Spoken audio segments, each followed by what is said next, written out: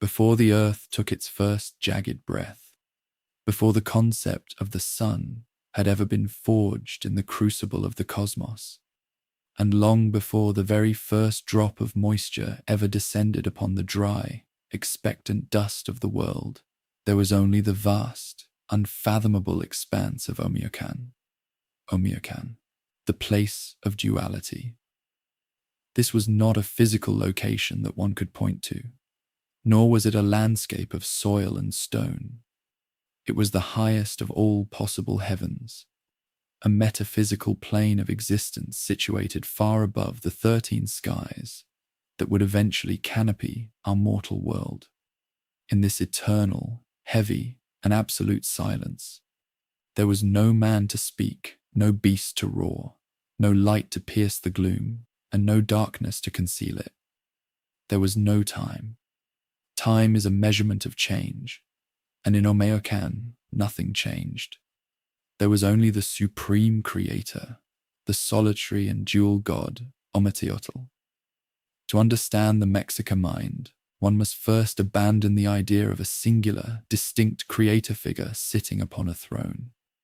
Ometeotl was not a single being with a single face. Ometeotl was the universe's most fundamental, unyielding, and inescapable truth. The absolute certainty that nothing in all of existence can be without its direct opposite. They were the ultimate paradox, containing everything and nothing simultaneously. They were completely male, and they were completely female.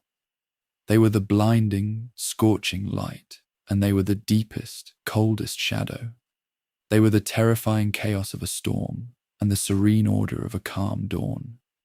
They were the burning, consuming fire, and the deep, suffocating water.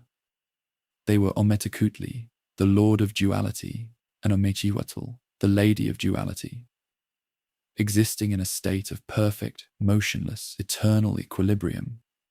They were the absolute source from which all matter, all energy, and all spiritual essence would eventually bleed. For countless epochs, this perfect balance remained undisturbed, but within this duality, a tension began to build. The potential for creation requires the breaking of perfect symmetry. And so, from this divine, swirling paradox, Ometeotl conceived and brought forth 4 sons. These were not children born in any mortal, biological sense. They were 4 immense, unfathomable, and violently powerful forces of nature.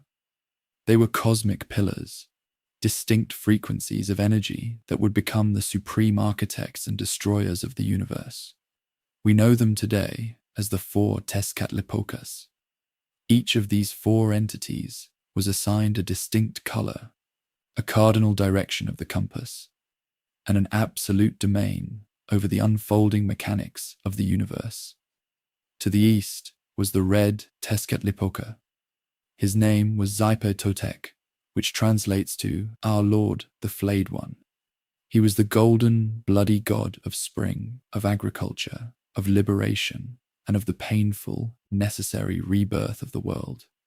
He represented the rising sun and the fertile, yielding earth. To the south stood the blue Tezcatlipoca. His name was Huitzilopochtli, the hummingbird on the left.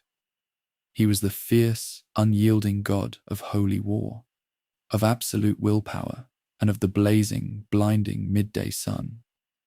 He was the patron of warriors, the eternal champion who would forever fight to keep the darkness at bay.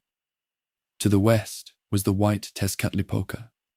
His name was Quetzalcoatl, the magnificent and wise feathered serpent. He was the god of deep wisdom, of the howling wind, of breath, of the morning star, and of life itself. He was the patron of priests, scholars, and the arts, a being of profound thought and movement. And finally, to the north, stood the most terrifying and unpredictable of them all, the black Tezcatlipoca. He was simply known as Tezcatlipoca, the smoking mirror. He was the lord of the night sky, of invisible and inescapable destiny, of sorcery, of temptation, and of the freezing northern winds. He was everywhere and nowhere, seeing all the secret sins of humanity reflected in his dark, obsidian mirror. These four mighty brothers looked down from the highest heaven of Omiakan, but there was no beautiful landscape awaiting their gaze. Beneath them lay only a violent, endless, raging ocean. It was a churning void of black, heavy water, crashing against itself in total darkness. And this ocean was not empty. It was ruled by a ravenous, nightmarish leviathan, a primordial beast named Chipactli. Chipactli was a monster of pure, unadulterated, unthinking hunger. She was described as a massive, floating nightmare, half crocodile, half toad, and entirely horrifying. She was covered in thick, impenetrable scales, and every single joint of her massive body, her elbows, her knees, her tail, her spine, possessed a snapping, drooling mouth filled with jagged teeth. She swam through the black waters, blindly devouring anything and everything she encountered.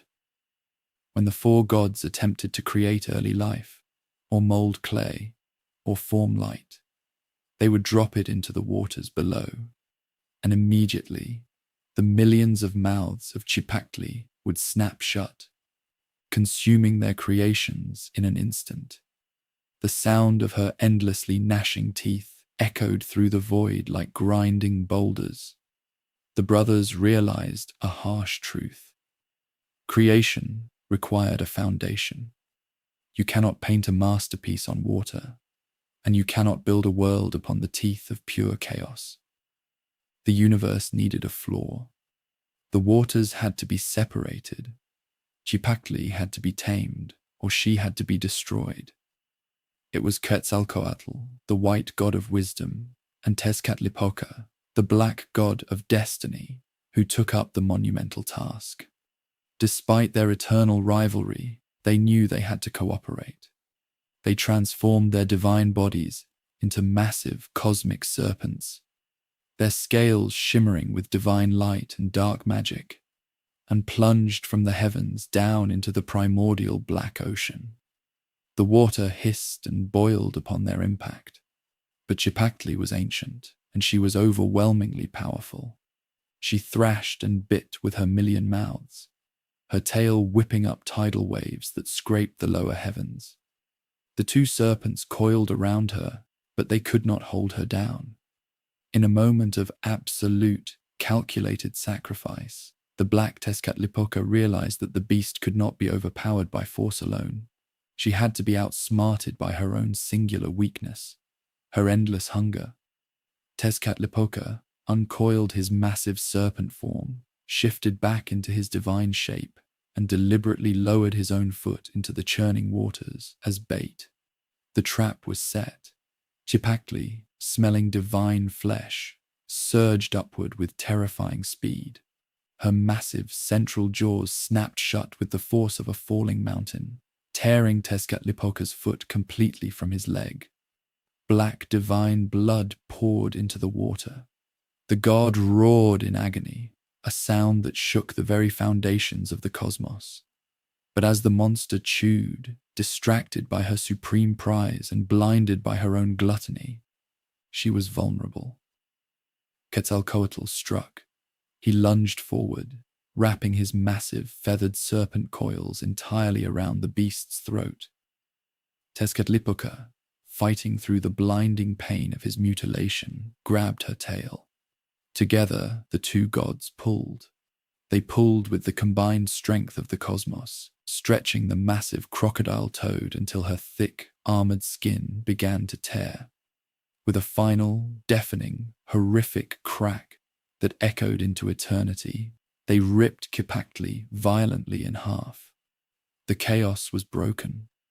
From Chipactli's upper half, the gods meticulously shaped the 13 layers of the heavens, creating platforms for the stars, the planets, and the divine realms. From her lower half, they formed the physical earth. They stretched her remaining, broken body out over the waters. Her rugged, spiked ridges became the tall, impassable mountain ranges. Her deep, weeping wounds became the valleys and canyons.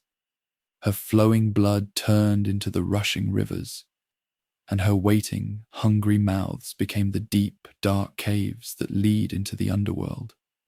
The earth was finally created, but it was not a dead, unfeeling rock. The earth was a living, suffering creature. She wept constantly in the darkness, mourning her brutal dismemberment. She demanded sustenance to heal her eternal wounds. The gods listened to her cries and made a terrifying decree, setting the ultimate law of the universe, to appease her eternal hunger and to compensate for the agonizing pain of her tearing. The gods commanded that whatever living beings would eventually walk upon her back would forever owe her a debt. They would owe her the blood and hearts of the living. She would provide the food that grew from her skin, but she must be fed in return. This was the first great cosmic debt, a debt written in the blood of a god and the flesh of a monster. Yet despite having a foundation, the world remained plunged in total, suffocating darkness. There was no warmth. There was no passage of days. It needed a sun to illuminate its vast, empty mountains and silent valleys. You must understand that the ancient Mexica did not perceive history as a straight, unbroken line leading from the past to the present. They viewed time and existence as violently cyclical. The universe is inherently unstable, fragile, and constantly teetering on the absolute brink of total collapse. This instability is driven by the eternal, unresolvable rivalry between Quetzalcoatl, the god of order and wisdom, and Tezcatlipoca, the god of chaos and destiny. Their war is the engine of history. Because of this war, the world has been created and destroyed multiple times. We do not live in the first version of the world. We live in the fifth. The previous 4 eras, known as the 4 suns, each rose with hope and ended in unimaginable cataclysm. The very first era of the world was known as the first sun, or Nahui-Ocelotl, which translates to 4 jaguar. In this cold, dark genesis, it was the black Tezcatlipoca who took the ultimate power. Desiring to rule the new creation, he bound his dark, magical essence to the sky, to shine down upon the earth and act as its sun. But Tezcatlipoca was a god of night and shadow. The light he cast was not the warm, golden rays of a true dawn. It was a dark, cold, sickly, earthly energy. It was a sun that cast more shadow than light, turning the world into a permanent, eerie twilight. Under this dim, oppressive sky, the first race of mortals was created. They were not humans like us. They were a race of massive, lumbering giants. These giants possessed immense physical size but very little intellect. They were so slow, so uncoordinated, and so cumbersome that if they happened to trip and fall over, they could not figure out how to stand back up and would simply die where they fell. They wandered the freezing, twilit earth, pulling up massive trees by their roots to forage for food. They did not cultivate maize or build great cities. They survived entirely by chewing on raw, bitter acorns.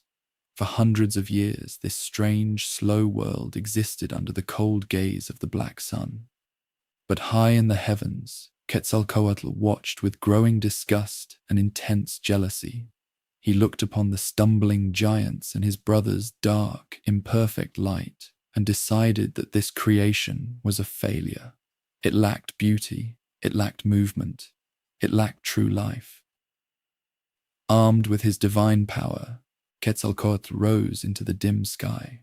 He confronted his brother, wielding a massive cosmic club, forged of pure force. Without warning, Quetzalcoatl swung the club and struck Tezcatlipoca with a blow so devastating it shattered the very sky. The impact was deafening. Tezcatlipoca was violently knocked from his celestial throne. As he fell from the heavens, his dark light was extinguished entirely. The first sun crashed into the ocean, and the world was instantly plunged into absolute, pitch-black darkness. Furious, humiliated, and stripped of his power, Tezcatlipoca did not accept defeat gracefully. From the darkness of the earth, he unleashed his revenge upon Quetzalcoatl's world.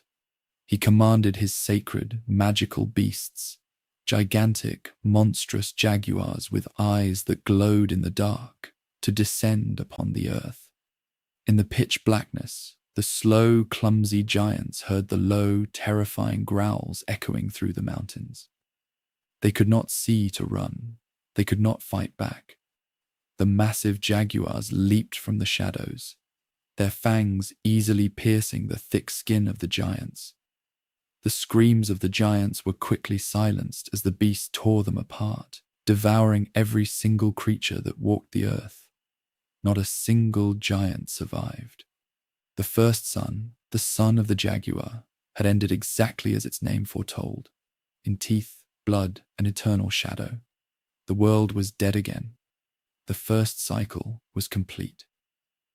Part 2. The Cycles of Annihilation. The second, third, and fourth suns. The earth was barren once more, a desolate graveyard of giants swallowed by the absolute blackness of the void. But the cosmic wheel could not remain still.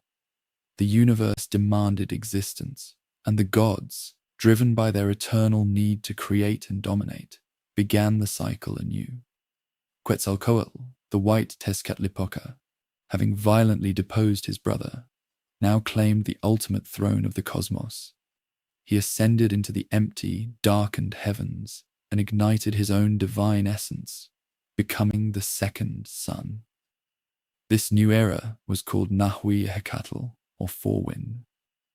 Unlike the cold, sickly twilight of the first sun, the light of Quetzalcoatl was brilliant, warm, and golden. Under this magnificent celestial glow, the gods fashioned a second race of mortals. These beings were entirely different from the clumsy, lumbering giants that preceded them. They were smaller, more agile, and possessing a slightly greater awareness of the world around them. The harsh, bitter acorns of the first era were replaced. This new humanity was sustained by the sweet, rich kernels of the pine nut, gathered from the vast, sprawling forests that now carpeted the earth's mountains. For a time, there was harmony. The golden light of the feathered serpent bathed the emerald forests, and the people multiplied. But perfection is an illusion in the Mexica cosmos, and peace is merely a pause between catastrophes.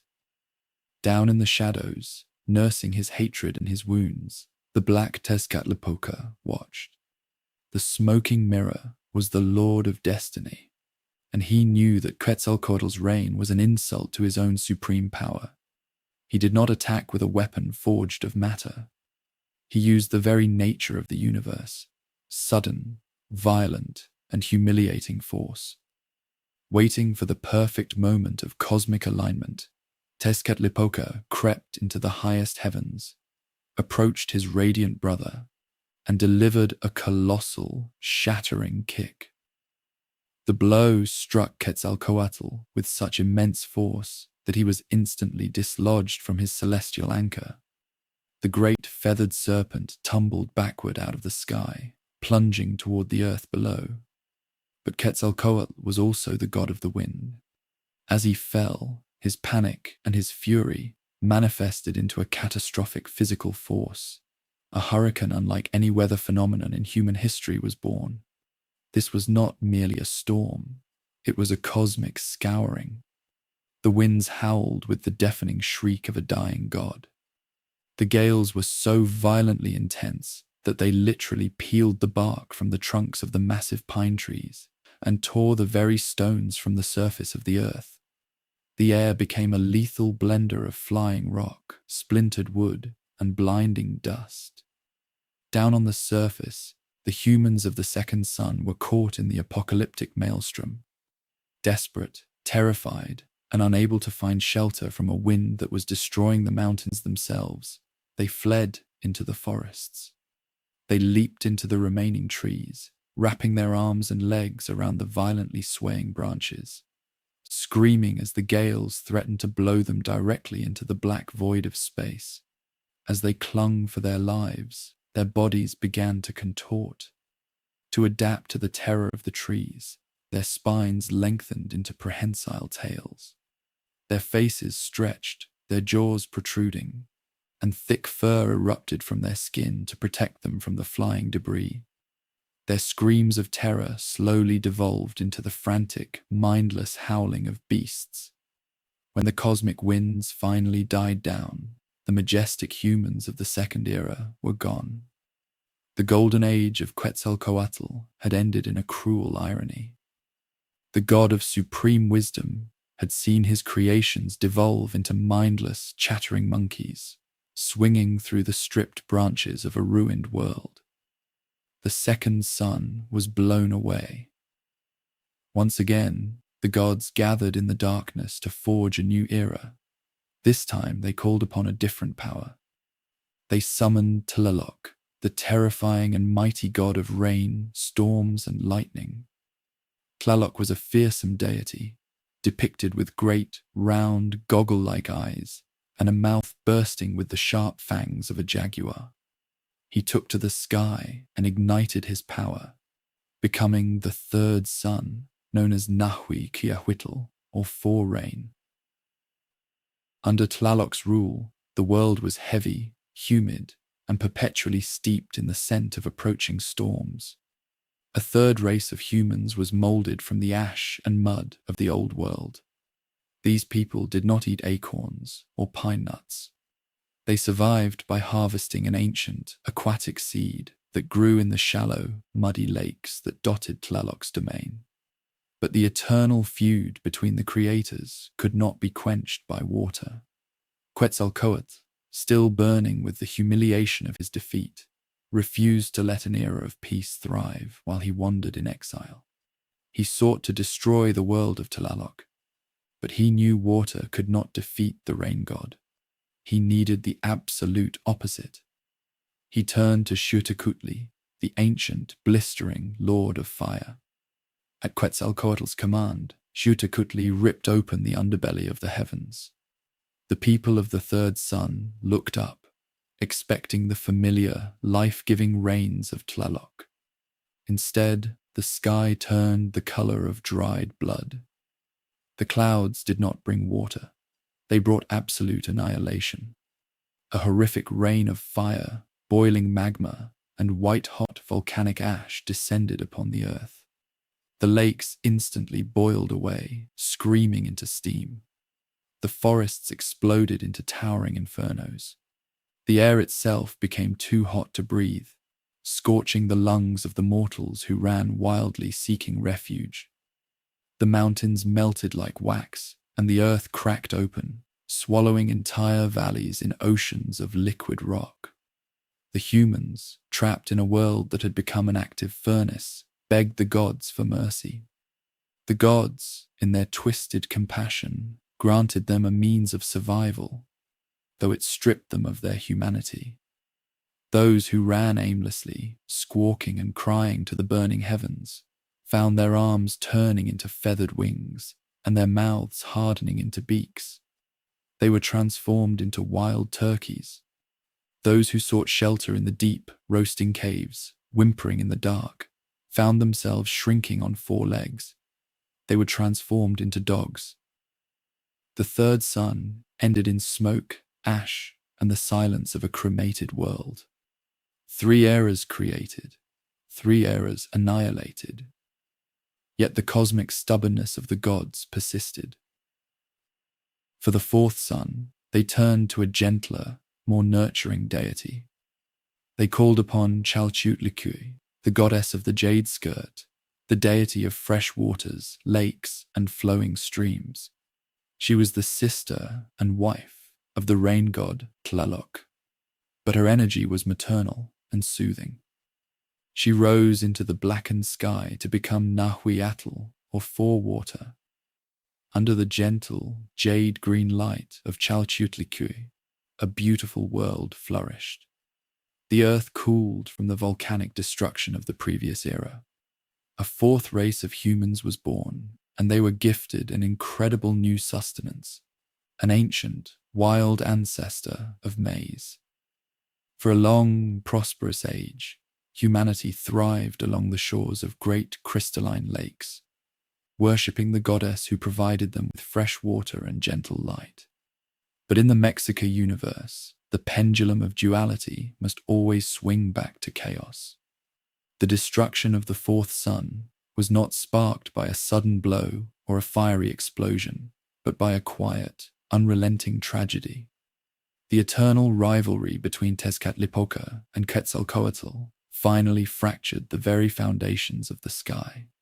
The heavens themselves, the 13 layers of Omeocan that had been carved from the upper half of the primordial monster Xipactli, began to lose their celestial buoyancy. They grew heavy, weighed down by the sins, the magic, and the endless warfare of the gods. It began with a single drop of rain, then another. And then the skies opened with a terrifying finality. This was not a storm. It was the collapse of the atmospheric boundary. The great cosmic waters from above poured down upon the earth in a deluge of unimaginable proportions. It rained for 52 unbroken years. The gentle lakes of Chalchutlicue swelled into raging oceans. The rivers burst their banks, sweeping away the great cities of mud and stone. The valleys filled with dark, churning water, forcing the humans to retreat higher and higher up the slopes of the mountains. But the water never stopped rising. It devoured the forests, it swallowed the foothills, and finally, it submerged the highest, jagged peaks of the earth. As the waters consumed the last patches of dry land, humanity was forced into the freezing, breathless depths. To prevent them from drowning instantly, the weeping goddess Chalchutlicue transformed her beloved people into fish, condemning them to swim mindlessly through the ruins of their own civilization. And then came the ultimate catastrophe. The heavens, entirely saturated and drained of their supporting winds, could no longer hold themselves aloft. With a sound that tore the fabric of reality, the sky collapsed. The great celestial dome fell from the heights of the universe and crashed directly into the rising waters, sinking to the very bottom of the earth. The world was entirely destroyed. There was no sun. There were no stars. There was no sky. The universe had been reduced back to its most terrifying primordial state.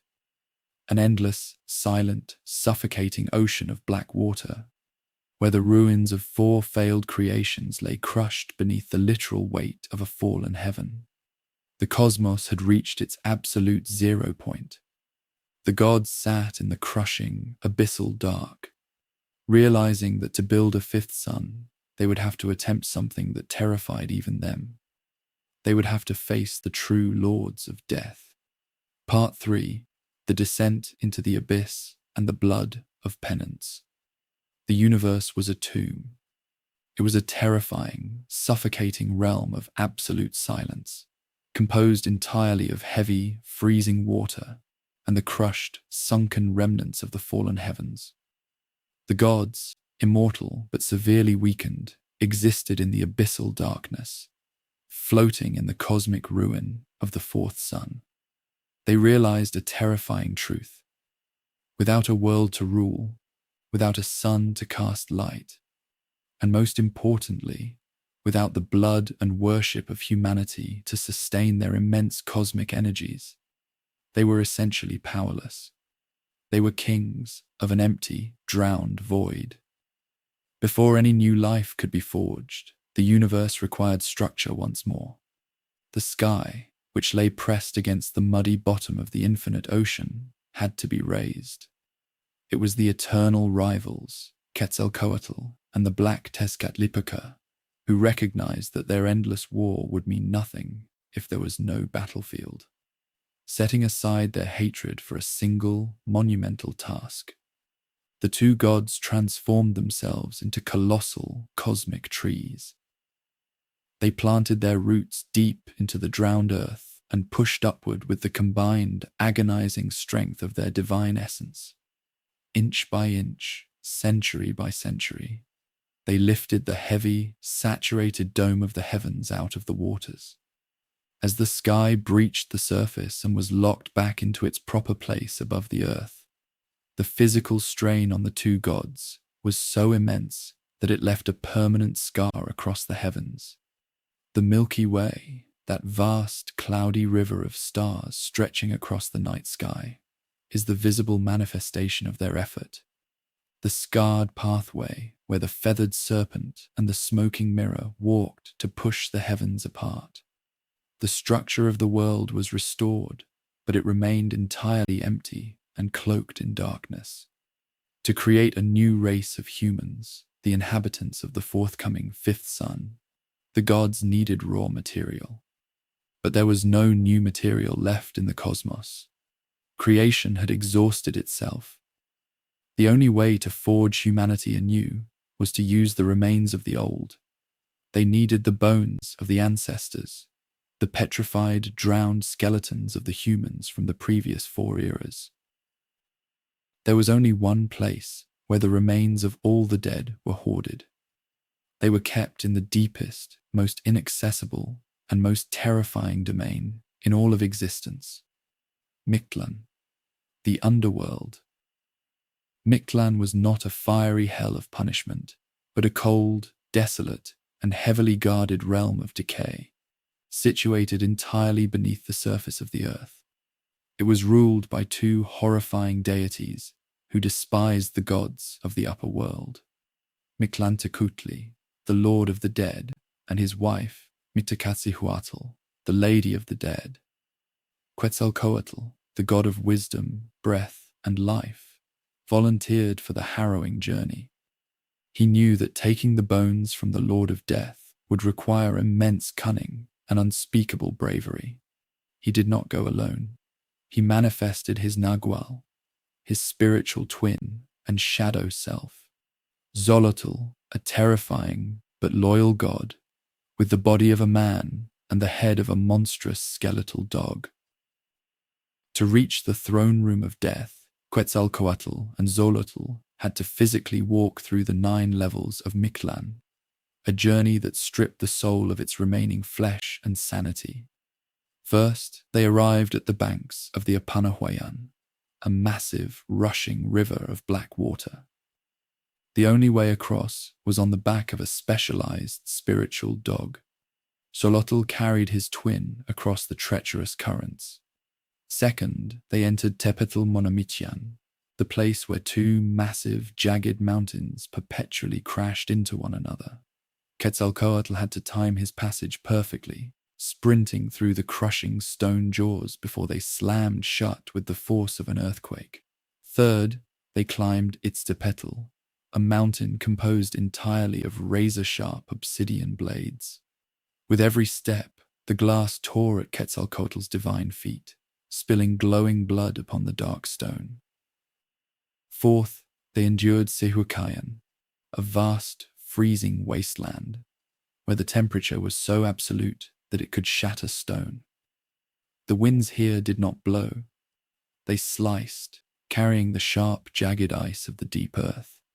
Fifth, they passed through Panquequetlacayan, a desolate desert where gravity itself seemed to betray the traveler. Here, fierce, unpredictable winds blew bodies around like weightless flags, attempting to hurl Quetzalcoatl into the infinite abyss. Sixth, they survived Temiminaloyan, a path where invisible, spectral hands constantly fired a barrage of obsidian-tipped arrows from the darkness. These were the lost arrows of every battle ever fought on Earth, seeking flesh in the dark.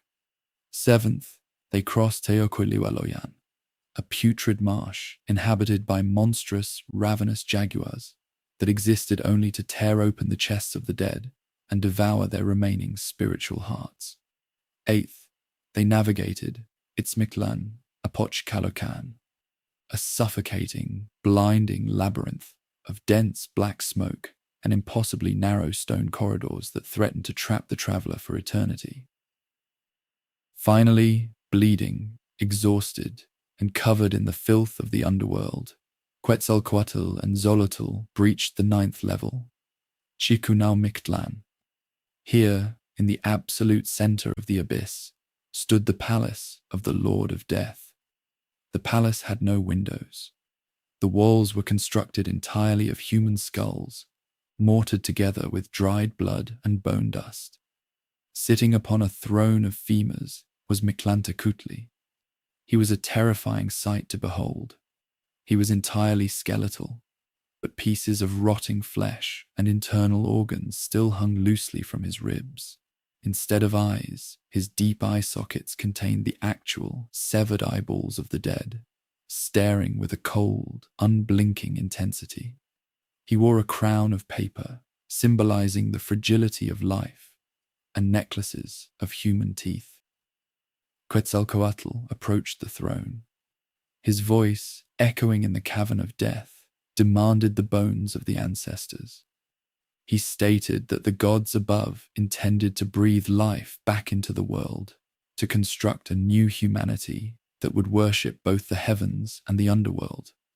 Mictlantecutli let out a slow, grinding laugh that sounded like stones dragging across a tomb floor.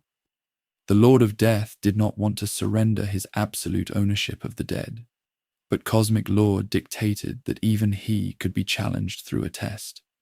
Mictlantecutli agreed to hand over the precious bones, but on one impossible condition.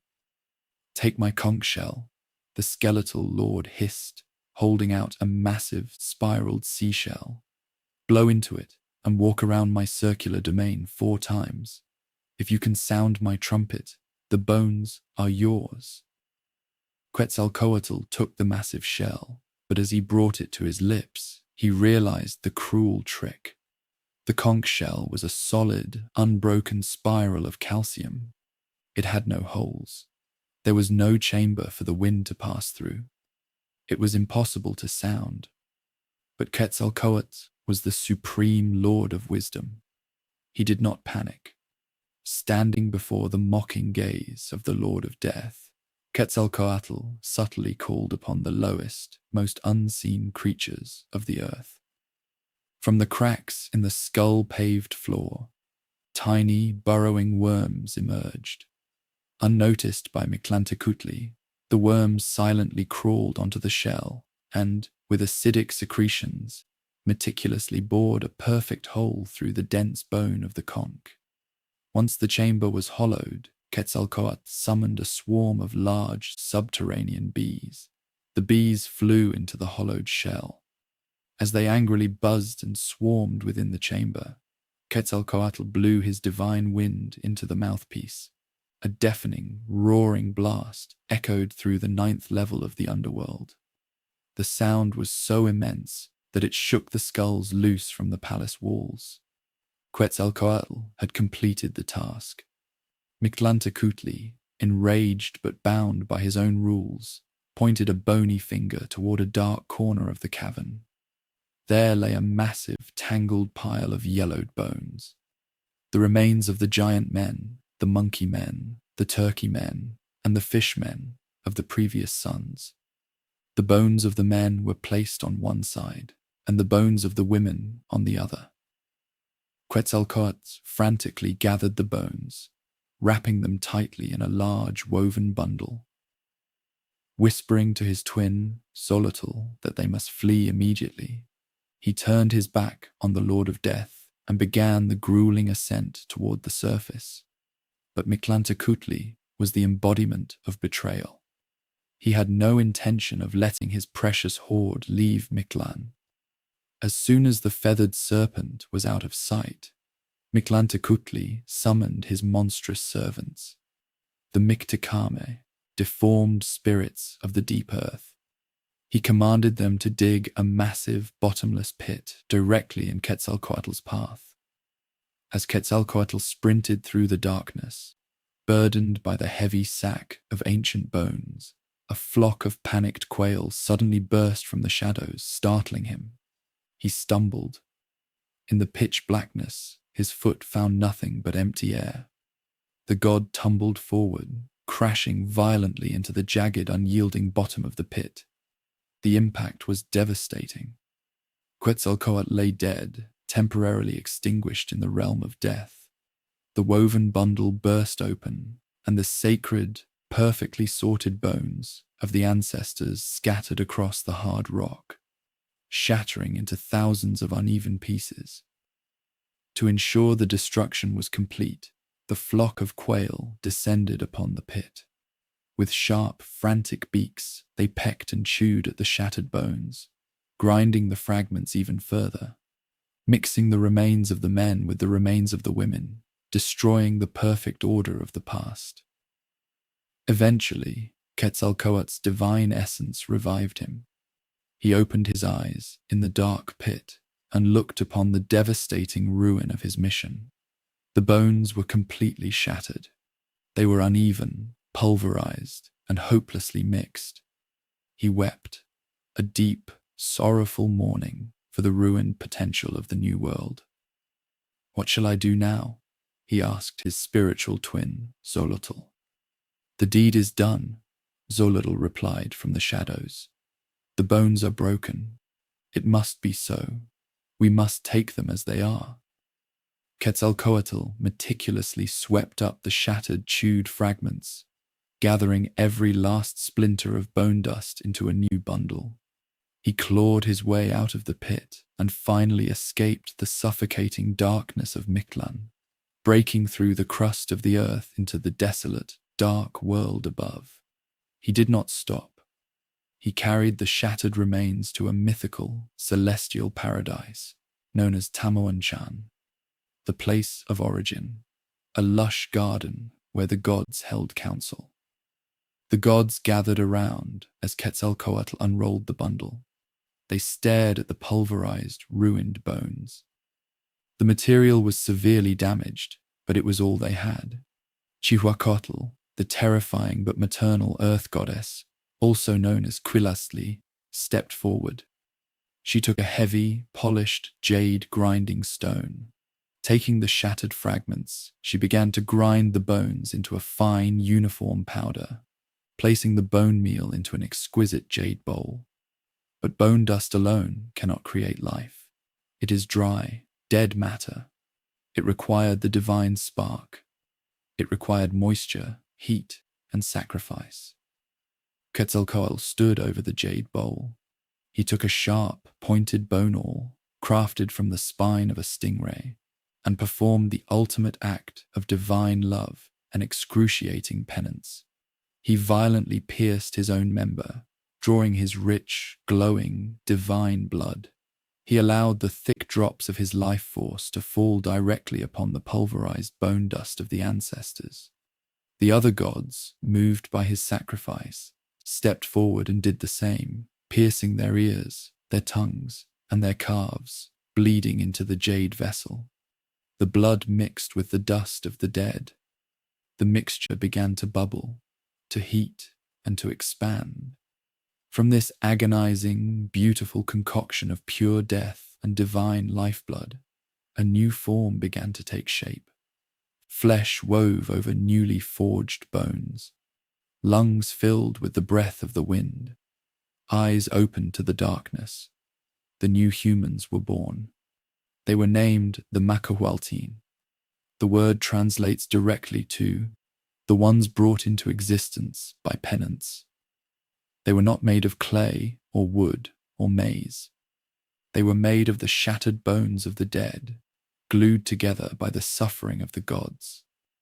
And because the bones had been broken in the fall and chewed by the quail, the new humans were no longer giants of uniform stature. They came in all different shapes, all different sizes, all fundamentally flawed and uneven, exactly as we are today. Humanity had been successfully forged. They walked the earth, breathing, speaking, and capable of honoring their creators. but they were walking in absolute, freezing darkness. The earth was a blind terrarium. There was no sun in the sky, and without light, the fragile new race of the Macahualtin would soon perish from the bitter cold. The gods realized that their greatest sacrifice was yet to come. The universe demanded a fifth sun, and the price for its ignition would be nothing less than total annihilation of the divine order. Part 4. The Fires of Teotihuacan and the Birth of the Fifth Sun. The newly forged humanity, the Macahualtin, wandered blindly across the jagged, broken surface of the earth. They possessed the breath of Quetzalcoatl and the blood of the divine. But they were born into a universe that was completely, terrifyingly dark. The sky was an empty, heavy vault of black obsidian. The earth was caught in a perpetual bitter freeze.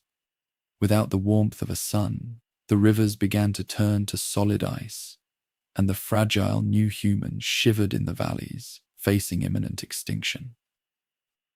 The gods realized that their previous sacrifices, the raising of the sky and the spilling of their blood upon the ancestral bones, were not enough. The cosmos was an engine that had stalled, and it required a massive cataclysmic ignition to restart.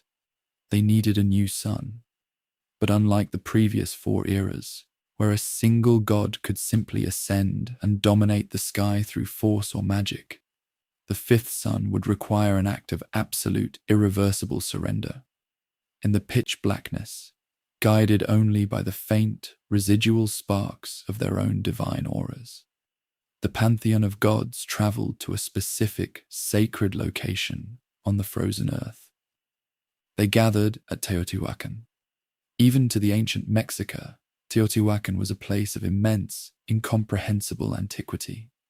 It was a massive, silent metropolis of towering geometric pyramids and vast, empty avenues, built by an unknown race of giants long before the current humanity was born. In this ghostly, silent city, surrounded by the towering silhouettes of the Pyramid of the Sun and the Pyramid of the Moon, the gods convened their desperate, final council in the dark. They built a massive, divine hearth in the center of the city, a great stone fire pit known as the Teotihuacan. Into this pit, the fire god Xiuhtecutli breathed a single, roaring spark. The divine bonfire erupted, casting towering, violent shadows against the ancient pyramids. The flames roared with an intensity that defied the freezing void. The gods sat in a great circle around the roaring inferno. The supreme question was asked, echoing through the empty plazas of Teotihuacan. Who will carry the burden of the world? Who will take it upon themselves to be the sun? For a long time, there was only the crackling of the massive fire. To become the sun meant giving up one's physical, divine form entirely. It meant absolute immolation. Finally, a god stepped forward into the flickering light. His name was Quetzalcoatl, the Lord of Snails. He was a wealthy, proud, and incredibly arrogant deity. He was adorned in the finest, most exquisite garments the cosmos could produce, draped in heavy necklaces of polished jade and shimmering seashells. He looked upon the assembled pantheon with a haughty pride and declared, "I shall take this burden. I will be the sun that rules this new world." The gods accepted his boast. But the creation of the fifth sun demanded duality. They needed a second volunteer to act as the moon, to balance the immense power of the sun. The gods looked around the circle, but the terrifying heat of the fire kept them silent. In the darkest, furthest edge of the circle sat a god that the others often ignored. His name was Anahuac, the pimply one. He was the antithesis of Quetzalcoatl. Anahuac was poor, humble, and completely deformed. His divine body was covered entirely in weeping boils, raw scabs, and painful tumors. He possessed no wealth, no jade, and no beautiful feathers. He sat quietly in his suffering. The gods turned to him. "You shall be the one, Anahuac," they commanded. Anahuac did not argue. He did not boast. He simply bowed his head in quiet acceptance and replied, "I accept what you have commanded of me. So be it." Before the ultimate sacrifice could be made, cosmic law demanded 4 full days of intense penance and purification. The 2 chosen gods were instructed to ascend the 2 great pyramids of Teotihuacan and prepare their offerings. The contrast between their penance was stark. Quetzalcoatl, wealthy and proud, offered the most magnificent treasures of the universe. Instead of simple pine branches, he offered the brilliant, iridescent green feathers of the rare Quetzal bird. Instead of balls of woven grass, he offered spheres of pure, glowing gold. Instead of maguey thorns tipped with his own blood, he offered smooth, sharpened spikes of precious red coral. And instead of the sacred copal incense, he burned the finest, sweetest-smelling resins. Anahuac, ascending his pyramid in physical agony, had no wealth to offer. His offerings were born of pure humility and pain. He offered bundles of simple green reeds. He offered ordinary pine needles. Instead of gold, he offered balls of dried grass. And for his blood offering, he used the sharp, brutal thorns of the maguey cactus, piercing his own weeping sores and covering the thorns in his own fresh blood. Instead of sweet incense, he burned his own picked scabs. For 4 days and 4 nights, the 2 gods bled and fasted in the dark. On the midnight of the final day, the gods gathered once more around the roaring Teotihuacan fire. The flames had been burning for 4 days, and the heat was now astronomical. A terrifying, blistering inferno that melted the very stones of the plaza. The gods formed 2 long rows, creating an avenue leading directly into the heart of the roaring furnace. They turned to the wealthy, proud Quetzalcoatl. "Now, Quetzalcoatl," they shouted over the roar of the flames, "cast yourself into the fire." Quetzalcoatl stepped forward. He walked to the edge of the pit. The heat radiating from the divine fire was unlike anything he had ever felt. It blistered his skin and singed his magnificent feathers. He looked into the blinding, swirling core of the inferno, and for the first time in his immortal existence, the wealthy god felt sheer, paralyzing terror. He hesitated. He took a step back. He gathered his courage and approached a second time, but again, the sheer, ferocious heat forced him to retreat. He tried a third time, closing his eyes, but his primal fear of absolute destruction overcame his pride. He stopped. He tried a 4th time, inching closer, but the terror was too great. He could not do it. He stepped away from the fire, deeply shamed. By cosmic law, one could only attempt the sacrifice 4 times. His turn was over. A heavy silence fell over the gods, broken only by the crackle of the flames. They turned their gaze to the deformed, diseased god standing quietly in his ragged clothes. "Now, Anahuac," they called out, "it is your turn." Anahuac did not hesitate. He did not boast, and he did not show fear. He closed his eyes, took a deep breath, and ran forward. Without slowing down, without a single moment of hesitation at the edge of the pit, he leapt directly into the absolute center of the roaring inferno. The fire consumed him instantly. The gods watched in awe as his diseased, scab-covered body crackled, hissed, and burned away. The stench of roasting divine flesh filled the air, but the flames turned blindingly white, absorbing his pure, humble essence. Seeing the bravery of the poorest god, Quetzalcoatl was overcome with profound shame. Driven by a desperate need to redeem his cowardice, he closed his eyes and threw himself into the fire. But he was too late to hit the absolute center. He landed on the edge of the pit, where the flames were slightly less intense, burning in the dying ashes of Anahuac's sacrifice. As the two gods burned, a mighty eagle swooped out from the darkness, diving into the roaring flames, burning the tips of its feathers black. A jaguar followed, leaping across the dying embers, scorching its pelt with permanent black spots. Thus, the eagle and the jaguar became the sacred animals of the sun and the highest ranks of the Mexica warriors. The fire slowly died down. The absolute darkness returned. The gods sat in the silent, freezing ruins of Teotihuacan, waiting. They looked to the north, but nothing happened. They looked to the south and to the west, but the sky remained an impenetrable void of black. Then the sky in the east began to bleed red. The color of a fresh wound spread across the horizon. A blinding, terrifying explosion of pure golden light erupted from the edge of the world. It was Nahui Olin, the fifth sun. Anahuac had been reborn, shedding his diseased form to become the most magnificent, brilliant celestial body in the cosmos. He rose into the sky, casting his glorious, life-giving light over the mountains, the valleys, and the shivering humans waiting in the dark. But moments later, a second explosion of light erupted from the exact same spot in the east. Quetzalcoatl had also risen. Because he had offered such immense wealth and had burned in the same divine fire, he rose as a second sun, burning with the exact same blinding intensity as Anahuac. The earth was suddenly caught under the glare of two absolute suns.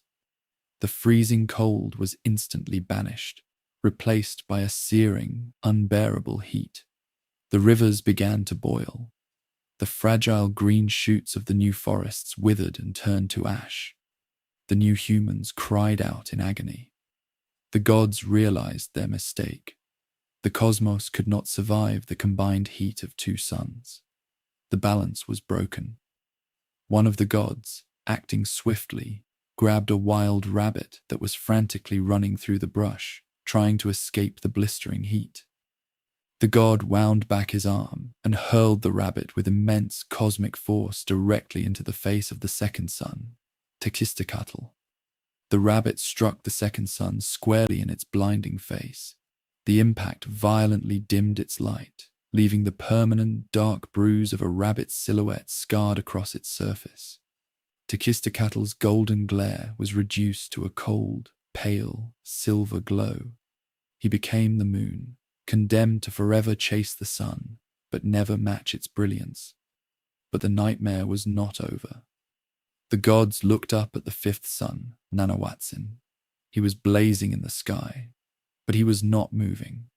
He hovered directly overhead, stationary, vibrating with a terrible, consuming energy. "Why do you not move?" the gods shouted to the sky.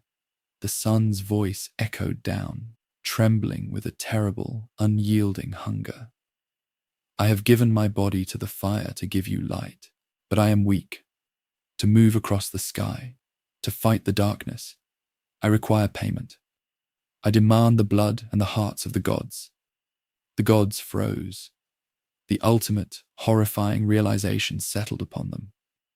They had created the universe. They had raised the sky. They had bled for the humans.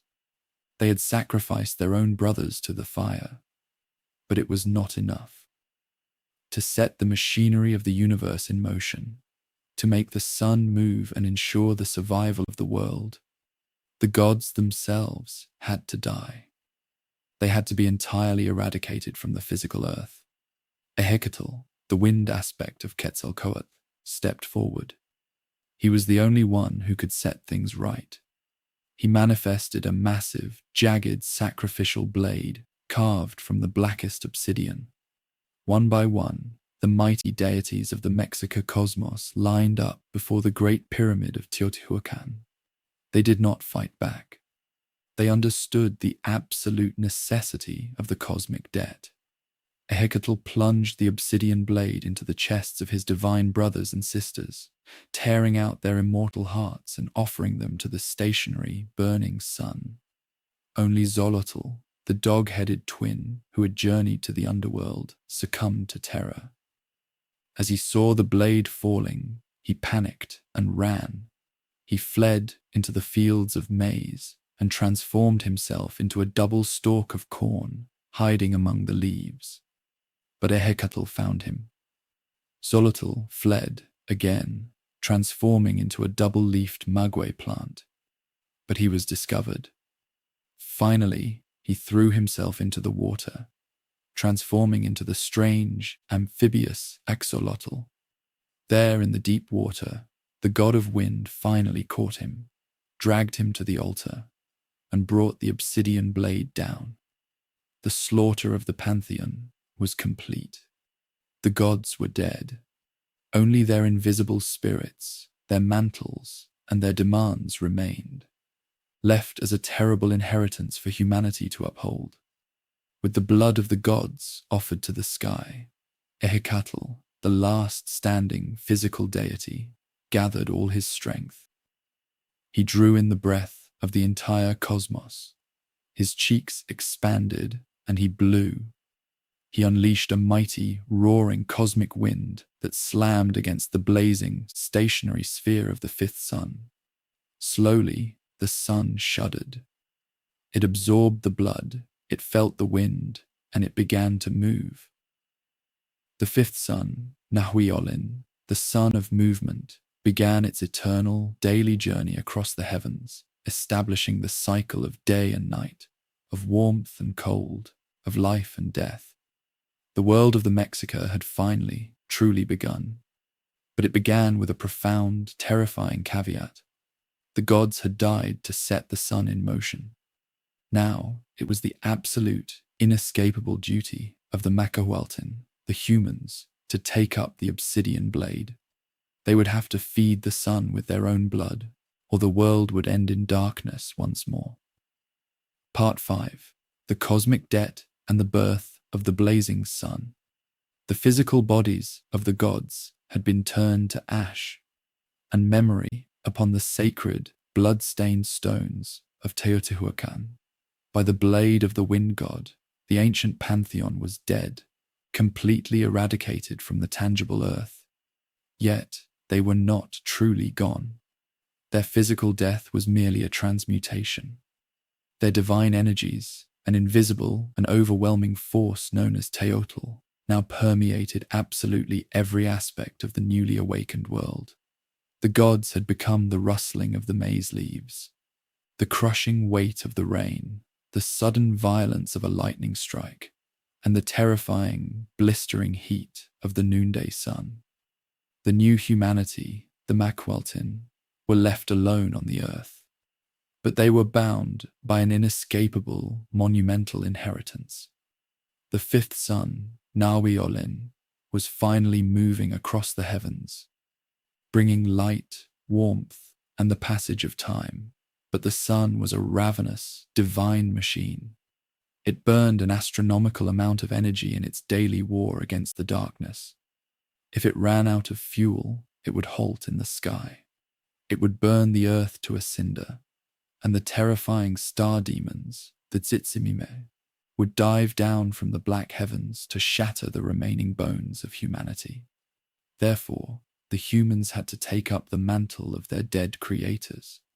They had to assume the burden of the next Lahwali. The word translates to the payment or the debt.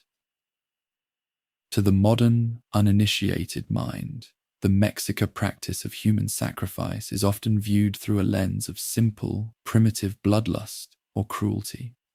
But to understand the fifth sun is to understand a terrifyingly beautiful mathematical cosmology.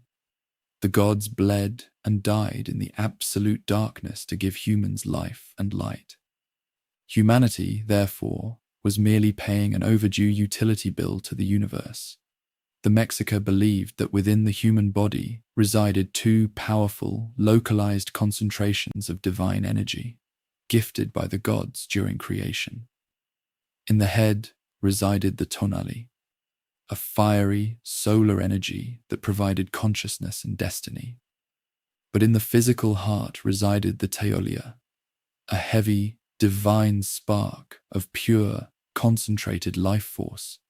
When a priest raised an obsidian blade, mirroring the exact action of the wind god at Teotihuacan, and struck the chest of a captive, he was not committing murder in his eyes. He was performing extreme, divine alchemy. He was cracking open the mortal shell to release the teolia. The steaming, beating heart was held up to the sky, and the blood, referred to metaphorically as Chalchuhatl, precious, divine water, was given to the sun to drink. It was the only nectar potent enough to keep the apocalypse at bay. This brutal, reciprocal relationship defined their entire existence, deeply intertwining with the cycles of agriculture. The earth, formed from the torn body of the monster Quetzalcoatl, demanded its own payment to yield crops. Consider the terrifying and deeply misunderstood rituals dedicated to Zapototec, our Lord the Flayed One, the Red God of the East. During the festival of Tlacaxipehualistli, captive warriors were sacrificed, and priests would meticulously flay the skin from their bodies. For 20 days, these priests would wear the rotting, flayed skins of the dead over their own living flesh, dancing through the city and performing sacred rites. While visually horrific, this act was a profound poetic metaphor for the mechanics of the earth itself. The ancient Mexica observed that for a seed of maize to grow, the hard, dead outer husk of the seed must rot and split open, so the fresh, green shoot of life can emerge. For the earth to bring forth the spring, it must shed the dead, dry skin of winter. The priest wearing the dead, golden skin of the captive represented the dry, yellow husk of the corn. When the 20 days ended, the priest would shed the rotting skin, emerging cleansed and renewed, symbolizing the fresh, green, resurrected earth. Life is eternally trapped inside death. One cannot exist without the other. And when a human life finally ended, the destination of their soul was not determined by their morality. The Mexica universe did not care if you were a saint or a sinner. It only cared about how you died, for your death determined which god you belonged to. Those who died of old age or ordinary disease were destined for Mictlan, embarking on the harrowing 4-year journey through the 9 levels of the underworld to eventually fade into nothingness. But those who were claimed by the water, those who drowned, who were struck by lightning, or who died of diseases associated with water, like edema, were chosen by Tlaloc, the rain god. They bypassed the underworld entirely and went straight to Tlalocan. This was a lush, eternal paradise, a verdant, misty mountain realm of endless spring, where the souls played, sang, and ate fresh fruits forever. The highest honor, however, was reserved for those who died feeding the sun. Warriors who died in battle and captives who died on the sacrificial stone did not go to the underworld. Their teolia ascended directly into the sky to a glorious realm called Tonatiuh Ilhuicac, the House of the Sun. There they lived in a state of pure, euphoric solar energy. Every morning, these fallen warriors would gather in the east, clashing their shields and singing battle hymns, physically lifting the blazing sun into the sky and guiding it to the zenith at midday. Equally honored were the Chihuateteo, the women who died in the excruciating agony of childbirth. The Mexica viewed a woman in labor as the ultimate warrior, fighting a brutal battle to capture a new soul from the cosmos and bring it to Earth. If she died in this holy war, she was granted the exact same elevated status as an elite jaguar warrior sacrificed on the altar. While the men guided the sun from dawn to noon, the spirits of these brave mothers would meet the sun at the zenith, and gently, mournfully, carry it down into the western horizon, delivering it to the underworld each dusk. This violent, delicate cosmic balance, the feeding of the sun, the shedding of the earth's skin, the guiding of the heavenly bodies, became the absolute obsession of a small, wandering tribe from the harsh northern deserts. They called themselves the Mexica.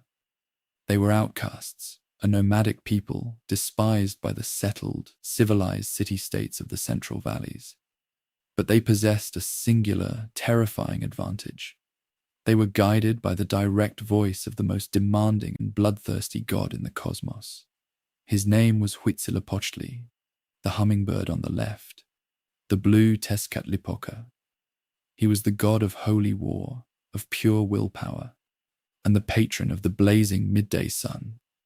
Before the Mexica could build an empire to honor him, they carried his spirit in a sacred bundle made of reeds, traveling for 2 centuries.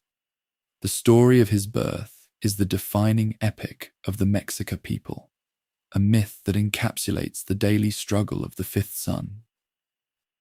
The legend begins at Coatepec, which translates to Serpent Mountain.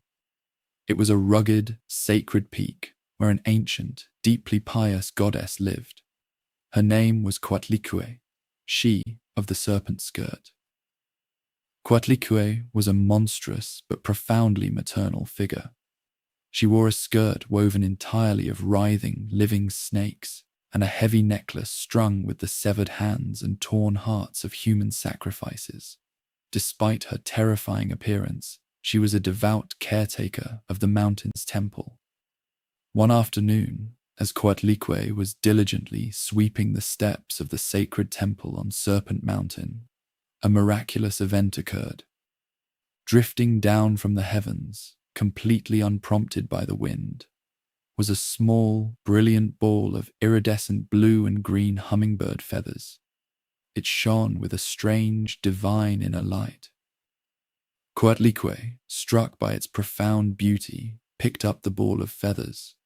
Wanting to keep it safe while she finished sweeping, she tucked the glowing feathers deep into her bosom, close to her skin.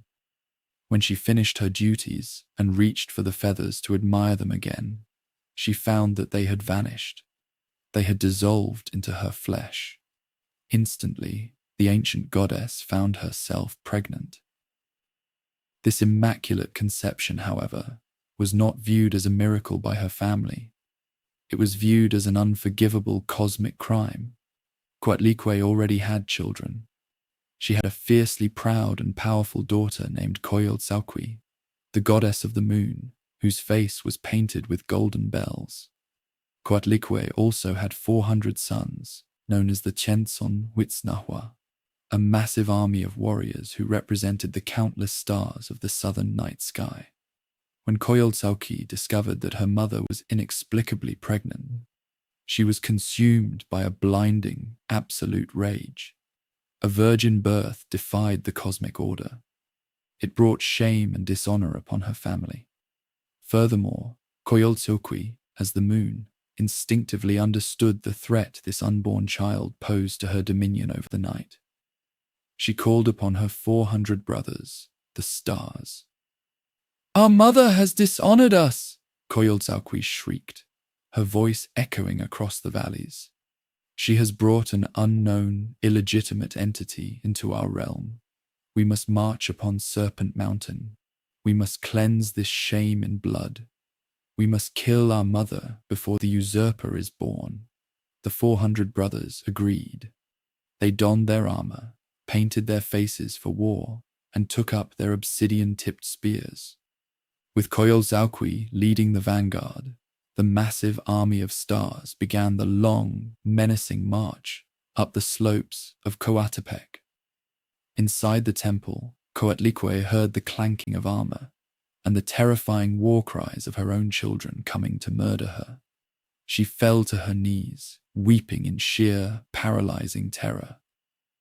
She was old, alone, and completely defenseless against the army of the night. But suddenly, a voice spoke to her. It was not a whisper, and it did not come from the air. It resonated deeply from within her own womb. It was a voice of absolute, unshakable command, vibrating with the latent heat of a dormant star. "Do not fear, my mother," the unborn child commanded. "Do not weep. I know exactly what I must do." Outside, the army of stars reached the summit. Quetzalcoatl raised her spear, preparing to strike down her weeping mother. At that exact millisecond, the universe convulsed. Quetzalcoatl's womb burst open in a blinding flash of golden solar fire. The child did not emerge as a helpless, crying infant. He erupted into existence as a fully grown, impossibly muscular, terrifying god of war. It was Huitzilopochtli. His skin was painted a brilliant, celestial blue. His left leg was covered entirely in shimmering hummingbird feathers. His face was striped with thick, vibrant war paint, and a brilliant headdress of Quetzal feathers erupted from his skull. He was the blazing, angry sun born directly onto the battlefield. In his hands, he wielded a weapon unlike any other in the cosmos. It was not an obsidian club. It was the Quetzalcoatl, the turquoise fire serpent. It was a living, breathing weapon of pure, concentrated solar plasma, shaped like a serpent, burning so hot it turned the surrounding air into a suffocating vacuum. Huitzilopochtli let out a war cry that shattered the stones of the temple. Before Quetzalcoatl could even react to the blinding light, Huitzilopochtli swung the roaring fire serpent. The blade of pure solar fire struck the moon goddess squarely in the neck. Quetzalcoatl was decapitated instantly. Her head flew into the sky, while her heavy, severed body tumbled violently backward down the steep, jagged steps of Serpent Mountain. As she bounced against the stones, her limbs were torn away, her torso shattered, and she came to rest at the base of the mountain, a broken, dismembered ruin. Huitzilopochtli did not pause. He turned his burning gaze upon the 400 brothers, the stars. Wielding the roaring Quetzalcoatl, he charged into the army. The slaughter was absolute. He burned them, he shattered their armor, and he drove them back in utter terror. The brothers broke rank and fled, scattering into the endless black void of the sky, forever chased into the shadows by the terrifying, blinding wrath of the newly born sun. This brutal, dramatic myth is not a story of the distant past. To the Mexica, it was a precise, terrifying description of the mechanics of the present. It happens every single day. Serpent Mountain is the earth. Coatlicue is the darkness of the pre-dawn. Quetzalcoatl is the moon, and the 400 brothers are the fading stars. Every single morning, the sun god Huitzilopochtli is born anew on the eastern horizon. Every single morning, he must take up the fire serpent, slaughter his sister the moon, and chase away his brothers the stars, establishing his blinding, absolute dominance over the sky to bring light to humanity. But fighting a cosmic war every single day requires an unfathomable, staggering amount of energy. Huitzilopochtli burns through his reserves rapidly. If he weakens, the moon and the stars will overpower him. They will murder him, and the earth will be plunged back into the freezing, eternal darkness of the fallen universe. This was the terrifying revelation given to the Mexica people. They were chosen to be the people of the sun. It was their sacred, non-negotiable duty to supply Huitzilopochtli with the strength he needed to win his daily war. And the only fuel potent enough to sustain the god of holy war was the very essence of life itself. The Mexica knew that to save the universe, they would have to march, they would have to conquer, and they would have to build an empire of blood. Part 6. The Pilgrimage of Blood and the Promised City. The Mexica people, carrying the immense, terrifying burden of sustaining the fifth sun, did not begin their history in a grand city of stone. They began as a ragged, impoverished band of nomads in a mythical, distant land far to the north. This place was called Aztlan, which translates to the place of herons, or the place of whiteness. It was described as a serene, beautiful island, situated in the middle of a vast, crystalline lake, surrounded by flocks of pristine white birds. But peace, in the Mexica cosmology, is indistinguishable from stagnation.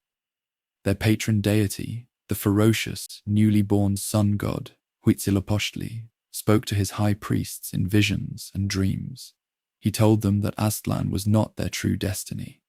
He commanded them to leave their idyllic island, to cross the deserts, and to embark on a grueling, multi-generational pilgrimage. He made them a divine promise. If they followed his voice and fed him the blood he required, he would lead them to a promised land where they would become the supreme rulers of the earth. Upon leaving Aztlan, he commanded them to drop their old identity.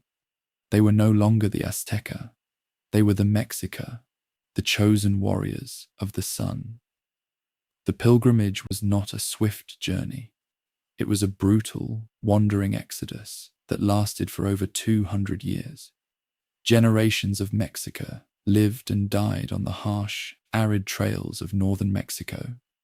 They survived by hunting snakes, foraging for tough desert roots, and fighting constant, bitter skirmishes with other nomadic tribes.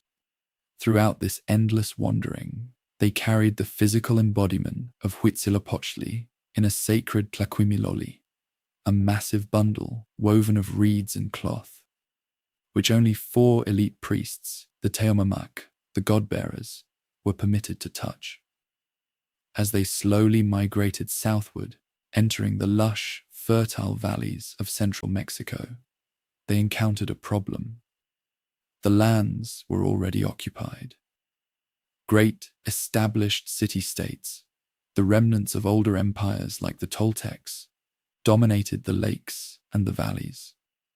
To these civilized, agricultural societies, the arriving Mexica were seen as filthy, uncivilized barbarians. They were a violent, wandering cult, dressed in animal skins, wielding crude weapons, and practicing extreme forms of blood sacrifice that unnerved even the hardened warlords of the valley. The Mexica were driven from place to place, forced to live in the most inhospitable, rocky, and snake-infested lands that the local kings allowed them to temporarily inhabit. But the Mexica did not perish. They thrived in the hardship. They hunted the venomous snakes and ate them, growing stronger and more disciplined. Eventually, they sought refuge under the domain of Axitometl, the powerful king of a city-state called Culhuacan. Axitometl allowed the Mexica to settle on a miserable patch of volcanic rock called Tizapan, hoping the harsh conditions would exterminate them, or at least turn them into useful mercenaries for his own wars. The Mexica, fierce and fearless, became highly effective shock troops for Culhuacan. Seeking to solidify a permanent alliance with this powerful king, the Mexica priests approached Axitometl with a request that would end in one of the most gruesome and pivotal tragedies in Mesoamerican history. They asked the king for the hand of his beloved virgin daughter. They told him they wished to honor her by making her a living goddess, a queen to sit beside their fierce patron deity, Huitzilopochtli. Axitometl, perhaps believing the Mexica were finally attempting to civilize themselves through royal intermarriage, agreed. He sent his beautiful daughter to the Mexica camp, escorted by nobles. But the Mexica did not intend to marry her to a mortal king. They intended to marry her to the divine order. In the dark of the night, upon their crude altars of volcanic stone, the Mexica priests sacrificed the young princess. In honoring the ancient rites of the earth and agriculture, they painstakingly flayed the skin from her lifeless body. A young Mexica priest then slipped his own body into the skin of the princess, dressing in her royal garments, embodying the goddess of fertility and war, Quetzalcoatl. The next morning, the Mexica sent a messenger to King Quetzalcoatl, inviting him to their temple to witness his daughter's divine ascension and to offer her gifts. The king arrived, accompanied by his lords, carrying incense, flowers, and quail to sacrifice. The temple was entirely dark. The Mexica priests instructed the king to light a brazier of copal incense before the altar of the new goddess.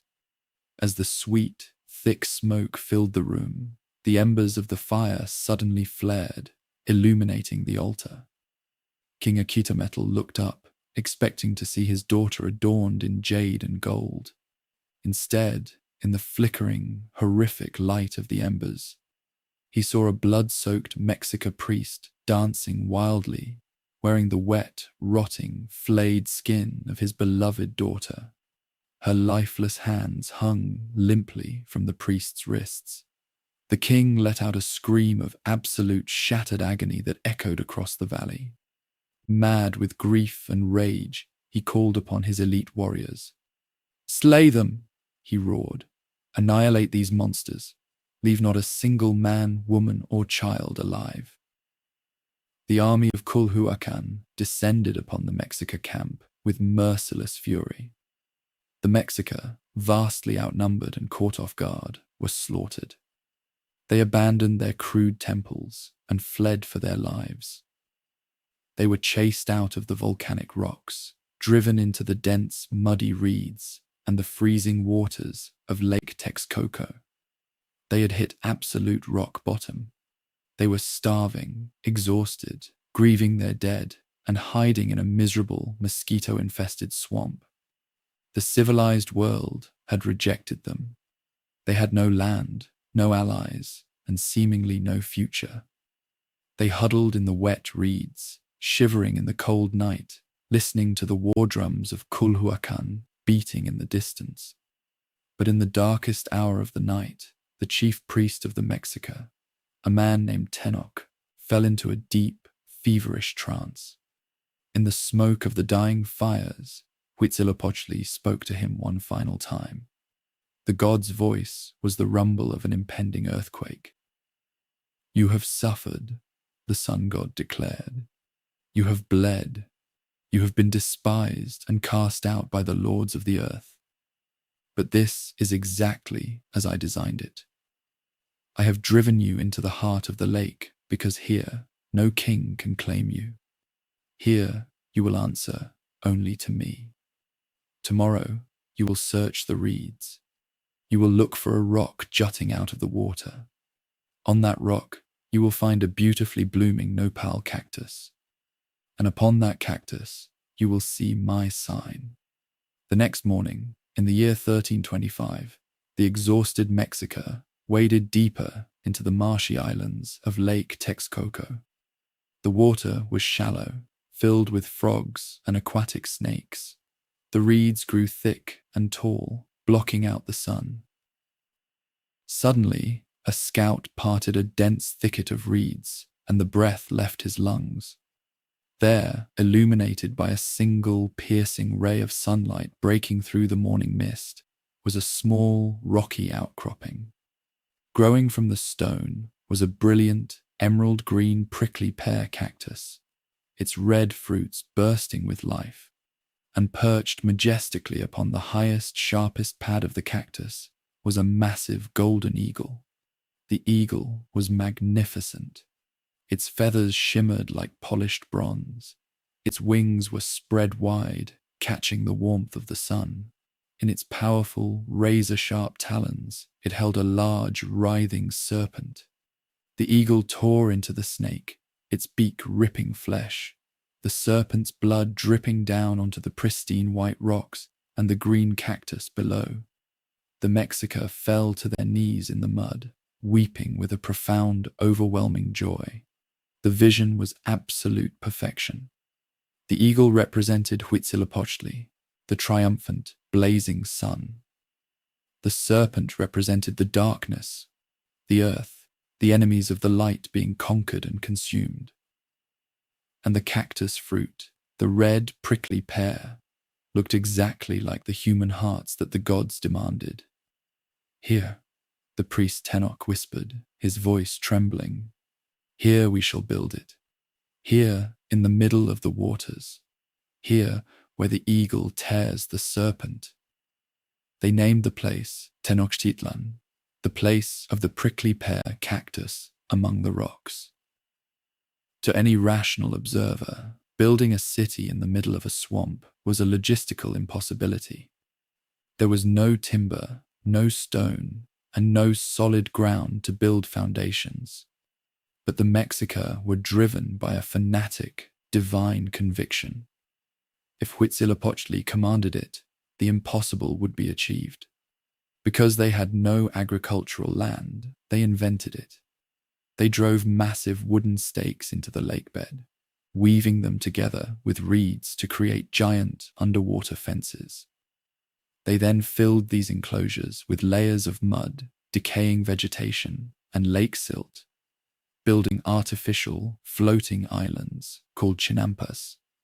These chinampas were incredibly fertile, allowing the Mexica to grow up to 7 crops of maize, beans, and squash a year, completely independent of the rainfall that the mainland cities relied upon. Because they had no stone, they traded the only things the lake offered: fish, frogs, ducks, and salt. They ferried these goods to the mainland, trading them for basalt, volcanic rock, and limestone. They carried the heavy stones back to their island on small wooden canoes, sinking foundational pillars deep into the muck of the swamp. Slowly, agonizingly, the swamp was transformed. The muddy pathways became broad, meticulously paved avenues.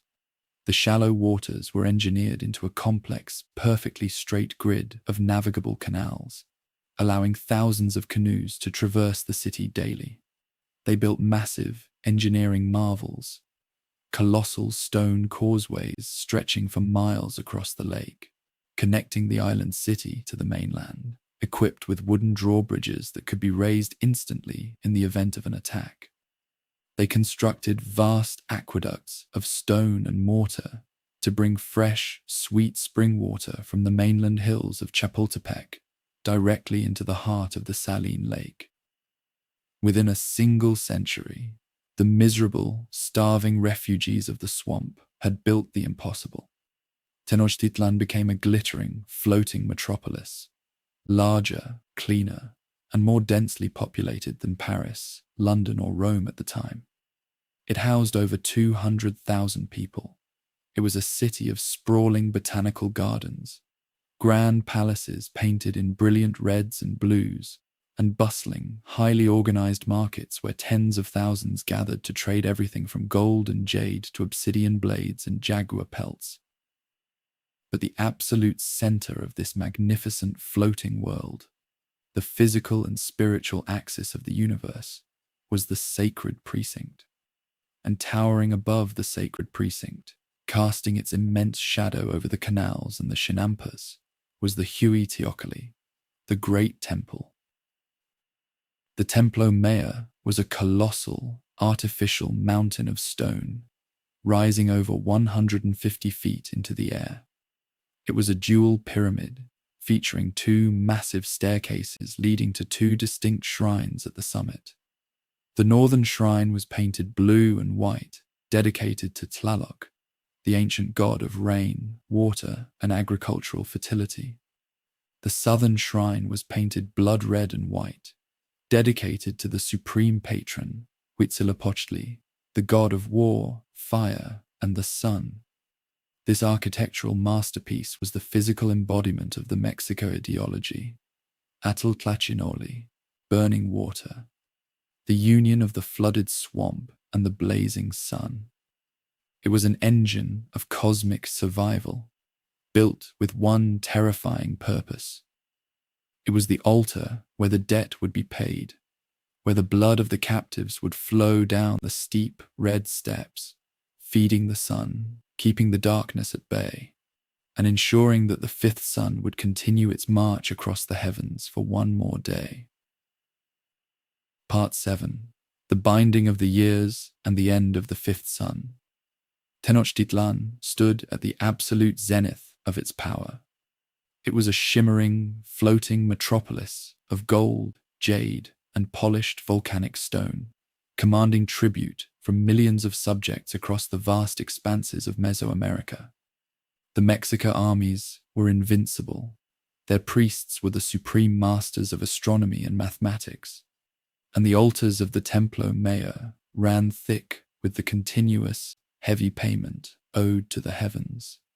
Yet, despite this absolute, unquestioned dominance over the physical world, the Mexica did not live in a state of arrogance or complacency. They lived in a state of profound, beautiful, and terrifying existential anxiety. The Mexica priests, who spent their nights observing the precise mathematical movements of the stars, understood a fundamental truth of their universe. No empire, no god, and no era is eternal. They lived under the fifth sun, Nahuiolen. They knew the histories of the first, second, third, and fourth suns. They knew that each previous era had risen with hope and ended in unimaginable cataclysm, devoured by jaguars, scoured by hurricanes, incinerated by fire, and drowned by a collapsing sky. The fifth sun was no exception. Its name, Nahui-Olin, translates directly to four movement, but in the context of destruction, it means four earthquake. The prophecy was carved into the very center of their most sacred monuments, including the massive basalt monolith we now call the Aztec calendar stone. The prophecy stated that the fifth sun would eventually grow too heavy, old, and weak to fight the darkness. When that day came, the earth would violently convulse. Cataclysmic earthquakes would shatter the mountains. The ground would rip open to swallow the cities, and the sun would plummet from the sky.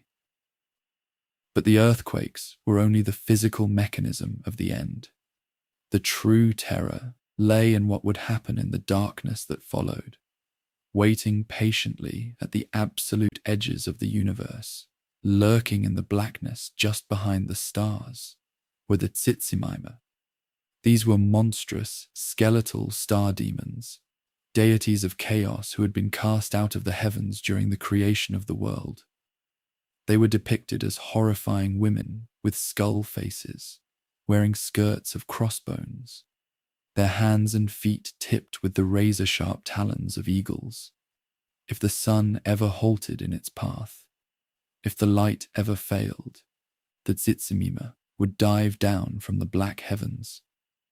They would descend upon the ruined earth and hunt down every last surviving man, woman, and child, cracking their bones and devouring their flesh until nothing of the Macualtin remained. This terrifying apocalypse was not a distant, abstract concept. It was a very real threat that mathematically presented itself every 52 years. The Mexica measured time using two massive, interlocking cosmic gears. The first gear was the Xupahuali, the solar calendar of 365 days, which governed the seasons and agriculture. The second gear was the Tonalpohualli, the sacred, ritual calendar of 260 days, which governed destiny and the gods. Because the gears were of different sizes, a specific combination of a day on the sacred calendar and a day on the solar calendar would not repeat for a very long time. It took exactly 52 solar years for the two massive gears of time to complete a full revolution and lock back into their exact starting positions. This 52-year cycle was a Mesoamerican century, and the night that the cycle ended was the most terrifying night in the universe. It was the 0 point, the moment when the contract of the fifth sun expired. The ritual to cross this terrifying threshold was known as Toxumulpilia, the binding of the years, or more commonly, the new fire ceremony.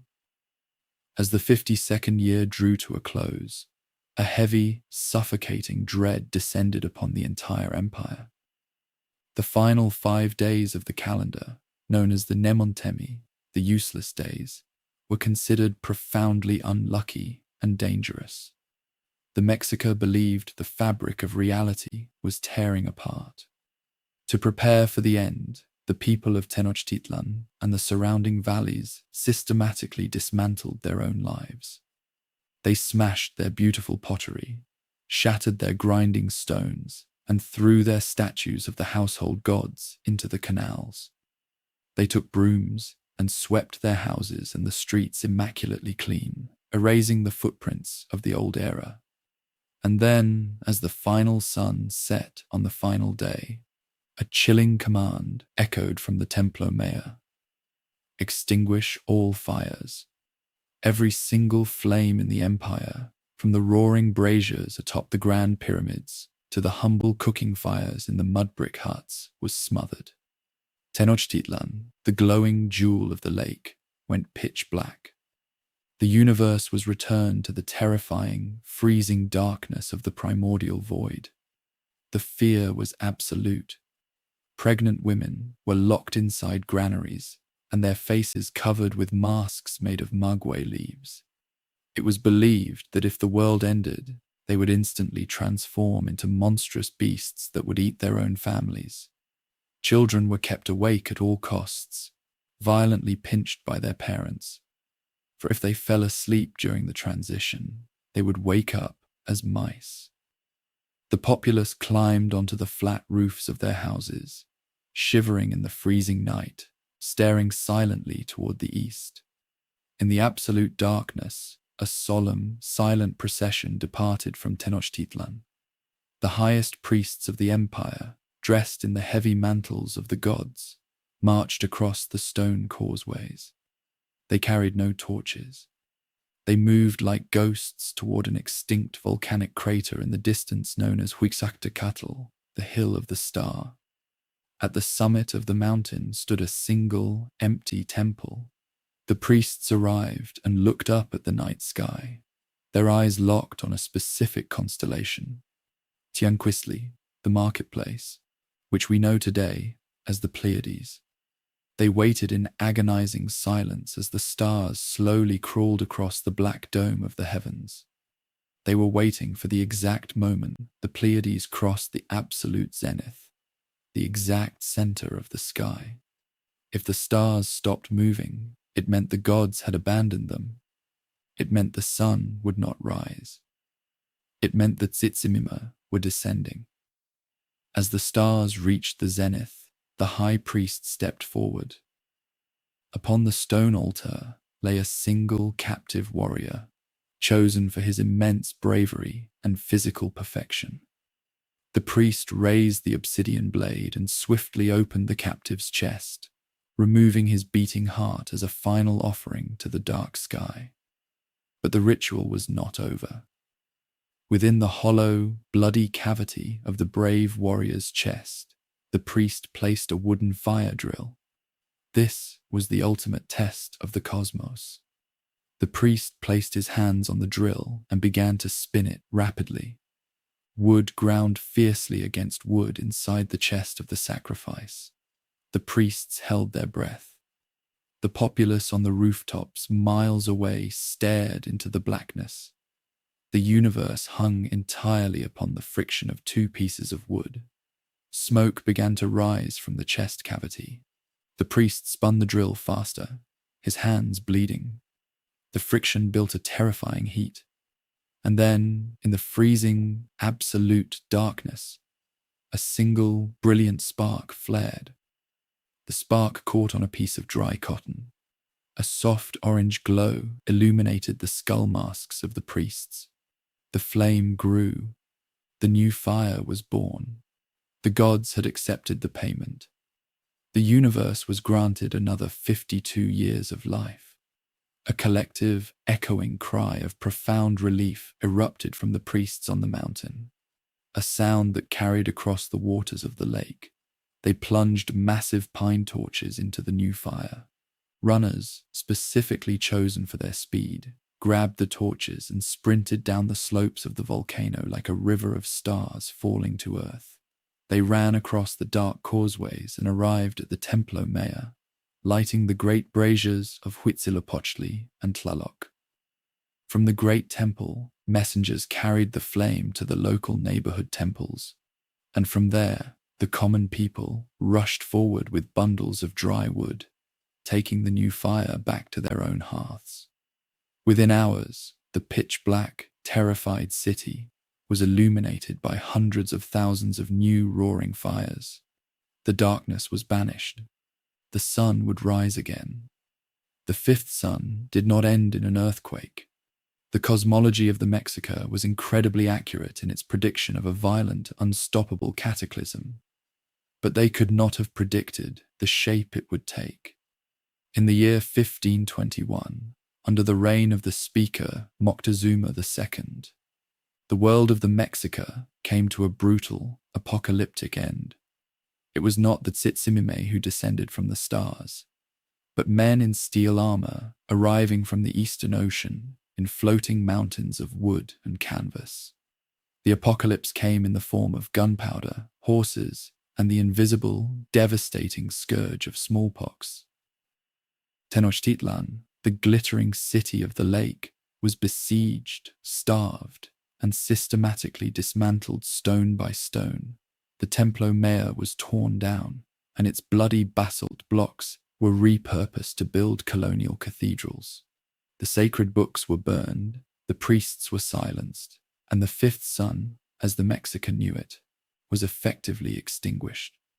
But as we stand in the ruins of their empire today, the cosmology of the ancient Mexica demands our profound respect. It is easy to look at the obsidian blades and the skull racks and dismiss them as a culture of pure, primitive brutality. But to do so is to miss the tragic, beautiful poetry of their existence. The Mexica worldview was built upon a foundation of immense, heavy responsibility. They did not view themselves as the arrogant masters of the earth, entitled to exploit its resources without consequence. They viewed themselves as caretakers, eternally indebted orphans placed in a fragile, hostile universe. They believed that every ray of sunlight, every drop of rain, and every ear of corn was paid for in the agony and the blood of the gods. They understood, perhaps better than any modern civilization, the concept of ecological and cosmic balance.